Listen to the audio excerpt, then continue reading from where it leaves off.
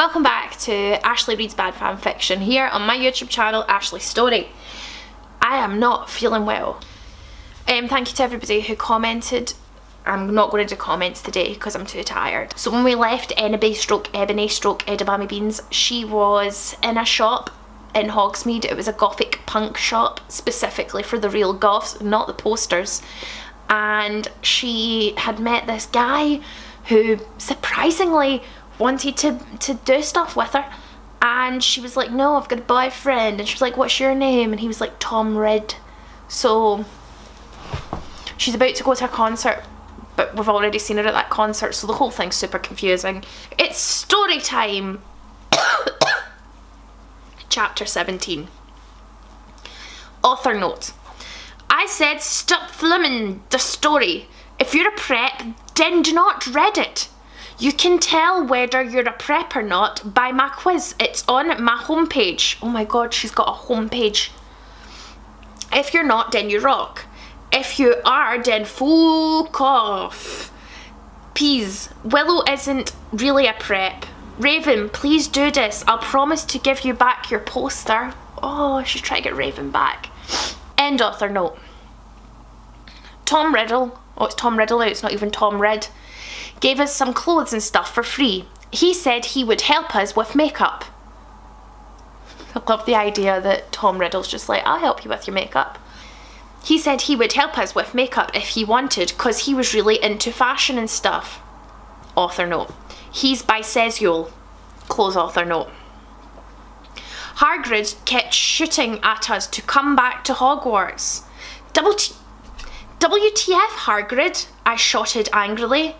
Fuck off, you fajucking bastard. Well anyway, Willow came. Hagrid went away angrily. I thought Willow had been expelled and then murdered by Bloody Mary, and then her corpse had been ravished by Lupin. Well anyway, Willow came. Hagrid went away angrily. Hey bitch, you look kawaii, she said. Yeah, but not as kawaii as you, I answered sadly, because Willow's really pretty and everything. We're obviously trying to get Raven back right now, because as we know, Raven is Willow. She was wearing a short black corset thingy with blood red lace on it and a black blood red miniskirt, leather fishnets and a black pointy boots that showed off how pale she was. She had a really nice body with big boobs and everything. She was thin enough to be anorexic. So, are you going to the concert with Draco? She asked. Yeah, I said happily. I'm going with Diablo, she answered happily. Well, anyway, Draco and Diablo came. They were both looking extremely hot and sexy, and you could tell they thought we were of two. Diablo was wearing a black t-shirt that said 666 on it.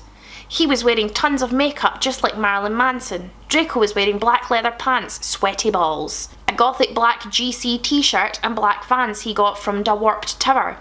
But Bloody Mary was going to the concert with Dracola. Dracola, like Draco, but Dracula, who isn't Draco.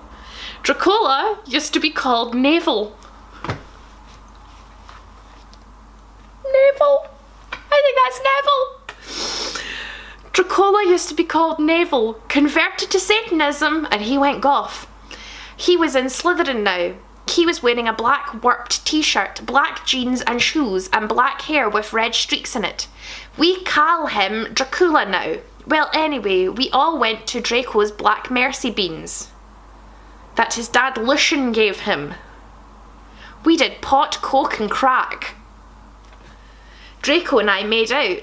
We made fun of those stupid fucking preps. We soon got there. I gasped. What? Where did they get? Is she talking about orgasms again? Jared was the sexiest guy ever. He looked even sexier than he did in pics. He had long raven black hair and piercing blue eyes. He was really skinny and he had an amazing ethnic voice. An amazing ethnic voice. We moshed to Helena and some odder songs. Suddenly, Jared pulled the mask off, so did the other members. I gasped. It wasn't Jared at all. It was an ugly preppy man with no nose and red eyes. Like, we've already had this reveal. I don't know why she's building it up. Everyone ran away. but me and Draco. Draco and I came. It was Voldemort and the Death Dealers. You moronic idiots, he shouted angrily. Enemy, I told you to kill vampire. Thou have failed. And now I shall kill thou and Draco. No, no, please, we begged sadly, but he took out his knife. Suddenly, a gothic old man flew in on his broomstick. He had long black hair, and long black bread. He was wearing a black robe that said Avril Lavigne on the back. He shouted a spell and Voldemort ran away. It was ... Dumbledore. End of chapter 17. Let me have a look at chapter 18. It's not too long. Fuck it. We're going to do it even though I'm literally dying. Author note. I said stop flamming. If you do, then you're a fucking prep. Thanks to Raven for the help and stuff. You rock. And you're not a prep. So I think Raven might have made up, hopefully. Thanks for my sweater. P.S. The other Essen Dumbledore swore is cause he trying to be gothic, so dare. Remember last time he swore it was cause he had a headache. Now it's cause he's gothic. End author note. I woke up the next day in my coffin. I walked out of it and put on some black eyeliner, black eyeshadow, blood-bad lipstick, and black, really low-cut leather dress that was all ripped and in strips, so you could see my belly. I was wearing a skull belly ring with black and red diamonds in it. Ooh. The night before, Draco and I went back to the skull. Get it? Skull, because I'm gothic and I like death. Dumbledore chased Voldemort away. We flew there on our brooms. Mine was black and the broom stuff was blood red. The broom stuff. Does she mean the bristles? There was lace all over it. Draco had a black MCR boom. We went back to our rooms and had you-know-what to a Linkin Park song.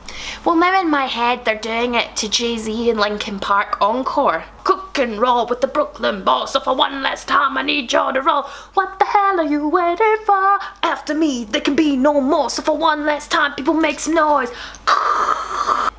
Well, anyway, I went down to the Great Hall. There all the walls were painted black and the tables were black too. But you would see that there was pink pant underneath the black pant, and there were posters of poser bands everywhere like Ashlee Simpson and the Backstreet Boys. WTF, I shouted, going to sit next to Bloody Mary and Willow. But Bloody Mary was wearing a black leather mini dress with a good Traloute t-shirt, black fishnets and black pointy boots. Willow was wearing a long gothic black dress with blood red writing on it that was all lacy and came up to your thighs, and black boots and fishnets. Vampire, Dracula and Draco came. We started to talk about who was sexier, Mikey or Gerard Way or Billy Joel Armstrong. The boys joined in because they were bi. Those guys are so fucking hot, Navel was saying, as suddenly a gothic old man with black beard and everything came. He was the same one who had chased away Voldemort yesterday. He had normal tan skin, but he was wearing white foundation, and he had dyed his hair black. ... Dumbledore? ? We all gasped. WTF? I shouted angrily. I thought he was just wearing that to scare Voldemort. Hello everyone, he said happily. As you can see, I gave the room a makeover. What do you think about it? Everyone from the poser table in Gryffindor started to cheer.